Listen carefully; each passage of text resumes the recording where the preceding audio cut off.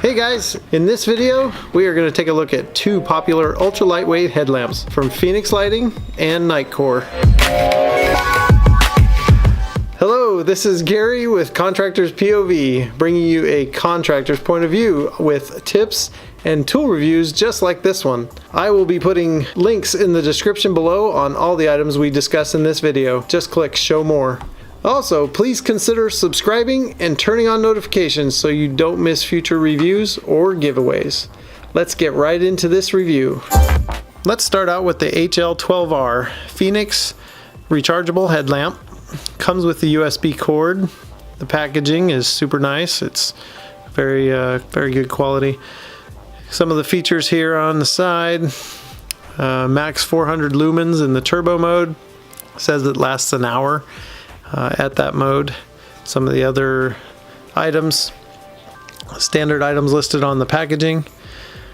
I was pretty impressed with these lights. I used it for this light for about 2 weeks. I only had to recharge it twice in that time. One of the things it's got, that see how that just flopped out there? The headband and the mount where it's set up, that thing, if it's not on your head or on a hard hat, it flops out, or if you don't have the band tight enough, it just flops around.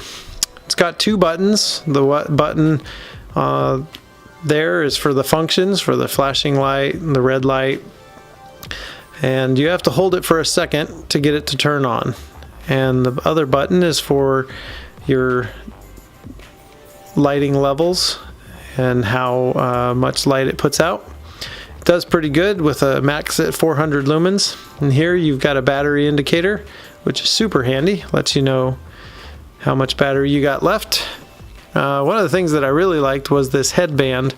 It's got some rubber sewn into the headband, and it made it super nice because it didn't slip off the hard hat. It was very nice to have, or not to worry.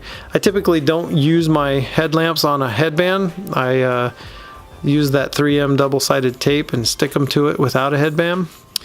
So here the USB charging port is on the back of the headlamp, so you have to fold it all the way forward or remove it from the mount to plug in the charger.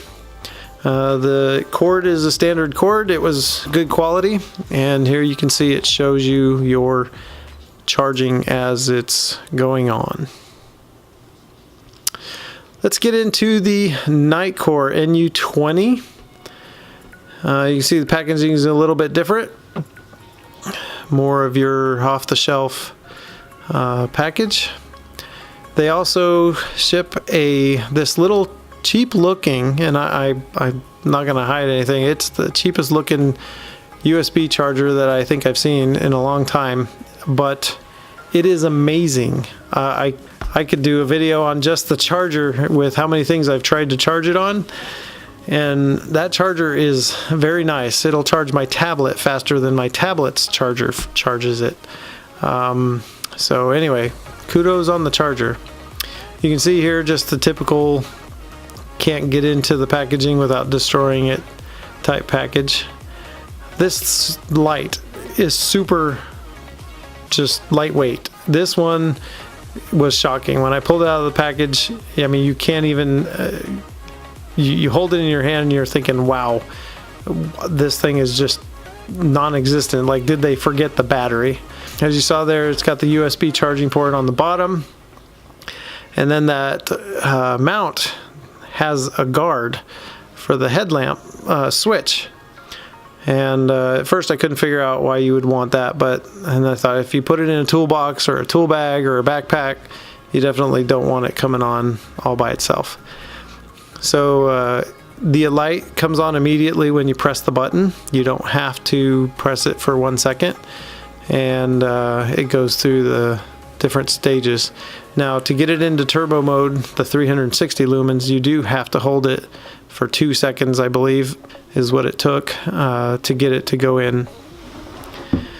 So just for a slight size comparison here, you can see how small this thing is. It's amazingly small. This one too, for my time using it, I only had to charge it twice. It lasted a lot longer than I thought.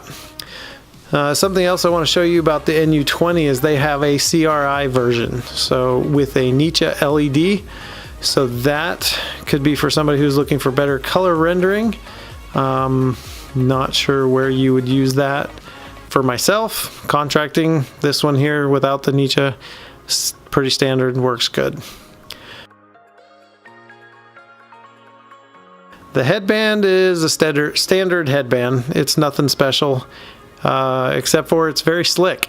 And so I actually ended up double-sided taping this one to my hard hat because the headband kept slipping off. And so I'm sure on your forehead it would be fine, but on a hard hat it doesn't work well. So this USB cord, not only is the USB charger block a nice charger, that cord is also super nice. It clicks into whatever you plug it into, doesn't slip out. So anyway, besides having the look of coming from a Cracker Jack box, the Nitecore is actually pretty sweet. Not saying the Fenix is not, I'm just saying that at first appearance the Nitecore doesn't look like it's going to have much. It does have a charge indicator, but you can barely see it if there's any light going on, so you have to kind of check it to verify. It does turn green after a while. Just playing around here so you can see size comparison, and I got some weights coming up here pretty soon. Show you how much they actually weigh without the headband. They're both pretty small. The Fenix comes in at 2 ounces even without the headband, and that's with its battery included. And check that out. The Nitecore comes in at 0.9, not even an ounce. So that comes to 28 grams in case you're wondering. And the Fenix is 57 grams. So out in the field, I didn't have any dark rooms to go into, but this here is a tree at 10 foot in the distance. You barely can see anything. This is changing it to the second setting, 30 lumens for the Fenix. There's the medium setting at 70 lumens, and you're starting to be able to see it a little better. And you can't really see past that much. There's your high setting, and there's the turbo setting. So there's your 400 lumens. And it's pretty nice. It has a little bit of a spot and some flood that goes out with it. So the Nitecore NU20, here's 1 lumen ultra low setting, and then it jumps up to 40 lumens for its mid setting. And I'm a little closer to the tree than I was. I didn't realize it in the video for the Fenix one. So don't let that fool you. I'm not at 10 feet. So here's the high setting, 220 lumens for the Nitecore. You can see the tree pretty well. And that goes out to the 50-foot tree. And then you have to press and hold the light to get it to go into the turbo mode. So that's this right here. And like I said, I'm closer to that tree than it says than I was on the other one, so didn't actually stand in the same spot because I had to walk away and get the light and didn't realize it. Thanks for watching. That's all we have for these two. If you have any questions, please leave comments down in the comments below. Any criticism is welcome as well. Hope you enjoyed the video. Here's some links to some other videos that we have. And until next time, stay safe.